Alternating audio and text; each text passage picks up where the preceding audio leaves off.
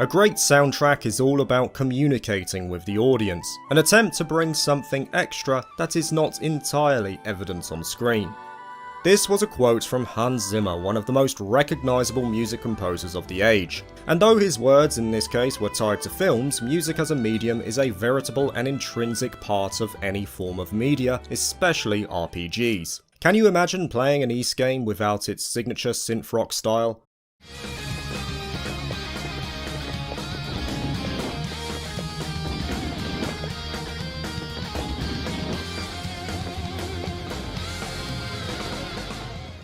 Or any early Final Fantasy without that recognisable victory rendition.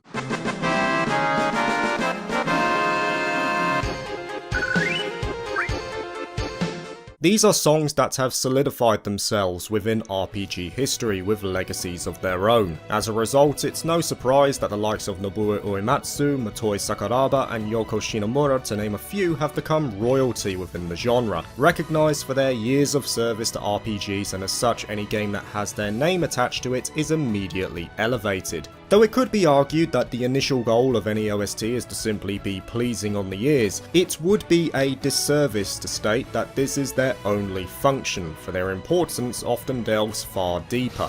But let's start at the top first, that being this idea of a surface level treat. In its most primitive form, we want an OST to be something we'll never get bored of listening to. A temptation that we'd bring out the Spotify playlist for and listen to on our commutes to work or while at the gym. I'll confess that I'm very much guilty of placing heavy importance on an OST. It's the second most important element of a game for me behind story and characters. If a game is able to check off its quality of OST early on, then it's off to a good start. For my tastes, I can't think of anything better from recent memory than Atelier Sophie 2. Leaving the town of Erdeviga and finding myself in battle soon after, I was greeted with this.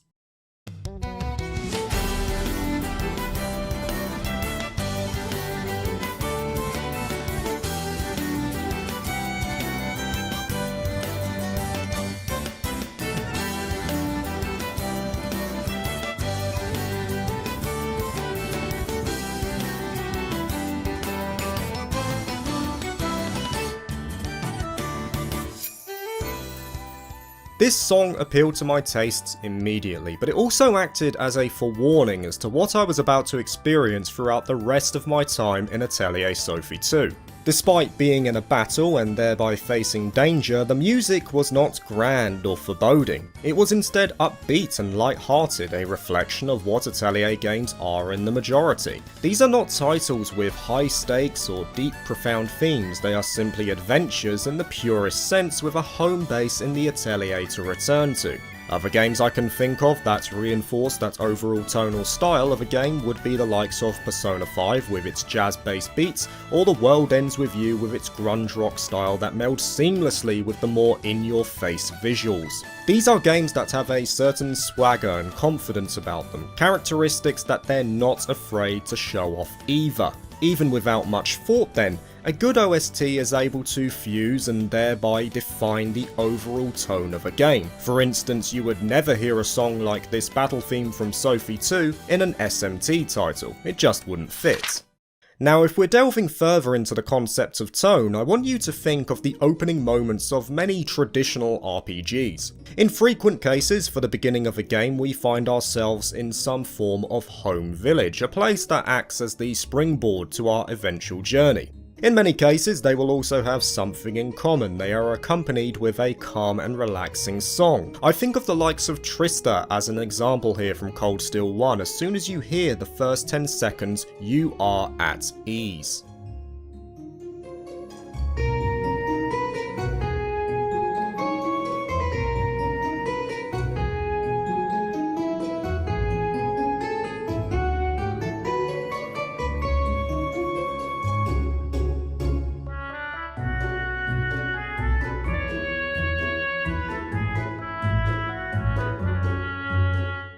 There is no threat nor danger here, it's a simple, quaint village that you'll be spending a fair amount of your time in during the course of your playthrough. As a result, music moulds this particular location into a powerful plot point. Developers can either choose to keep this home as the comforting point of return to offer respite at a later point, or they can subvert expectation and use it for some key events further down the line, knowing that players will have a deeper connection to this location compared to others. There might be a sense of relatability there, or a primal desire to defend one's home, and as such can be a great tool in an overall narrative.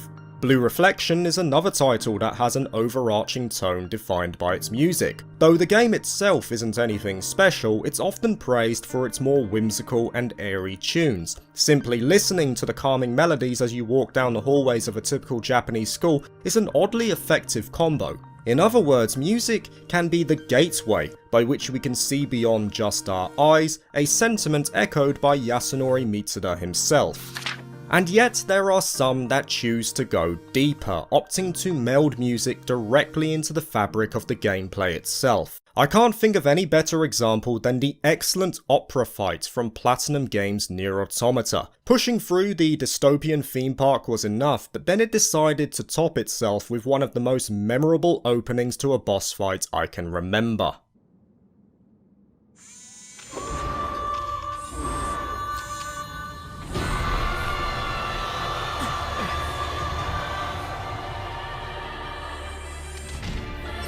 What the hell? Our records don't say anything about a machine like this. As the song, literally called A Beautiful Song, plays, you're introduced to a ballad of blades as you fight Simone. What's truly striking here is that her mechanics are tied to the music itself, transitions between phases sync up perfectly with the beats of the song, and the vocals add ever more to the atmosphere since the boss herself is singing as you fight. It effectively removes RNG from the battle. Players are now able to predict what the boss will do based purely upon sound. And then as Simone becomes ever weaker, the song gradually goes out of sync, and you as the player are rewarded with visual and audible evidence that the fight is nearing its end. It's a perfect representation of the atmosphere that Nier Automata aims to present, a mechanical and brutal dystopia that in of itself is struggling to define its own identity. Now, while there are many games that use their music for the benefit of the overall experience, we can't discredit RPGs that choose instead to forgo it completely, at least while traversing the world. From Software's Souls games are a key demonstrator of this philosophy. With the exception of boss fights and some cutscenes, many of their games choose to rely on ambience alone to keep the player on edge. Such is the challenge and thrill tied to these games. The environment in of itself is an enemy the player must circumvent, and thus any sound becomes a potential danger.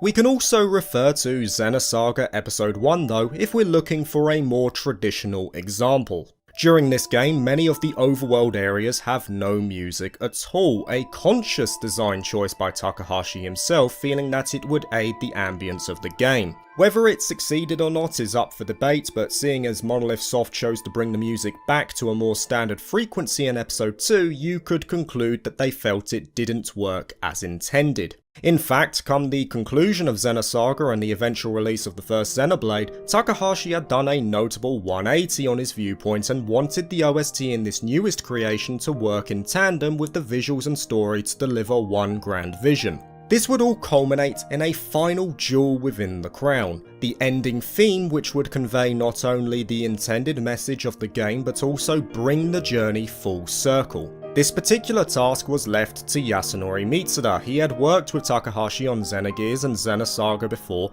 and joined development right near the end. Despite this, he wanted to read the script to fully appreciate what he was trying to accomplish via this song. Doing so, and with many sleepless nights later, Mitsuda's work ended with the composition for Beyond the Sky, which to this day is what I consider as one of the most underrated songs in RPG history. Unfortunately, I can't share it here with you for copyright purposes, but I urge you to give it a listen if you get the chance. At the very least though, here's the instrumental version to give you a taste.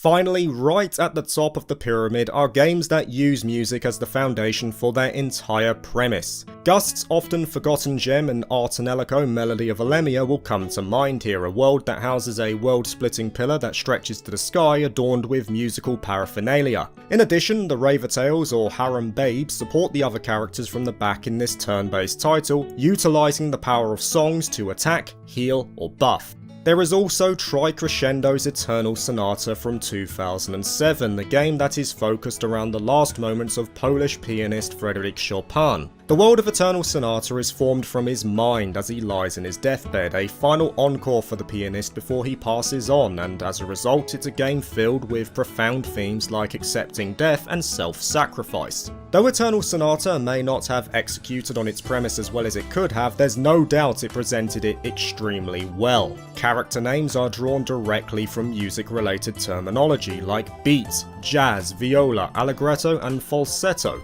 Sprinklings of Chopin's compositions are spread around the world to find, and the visual design itself is bright and vivid, often drawing on music in some way.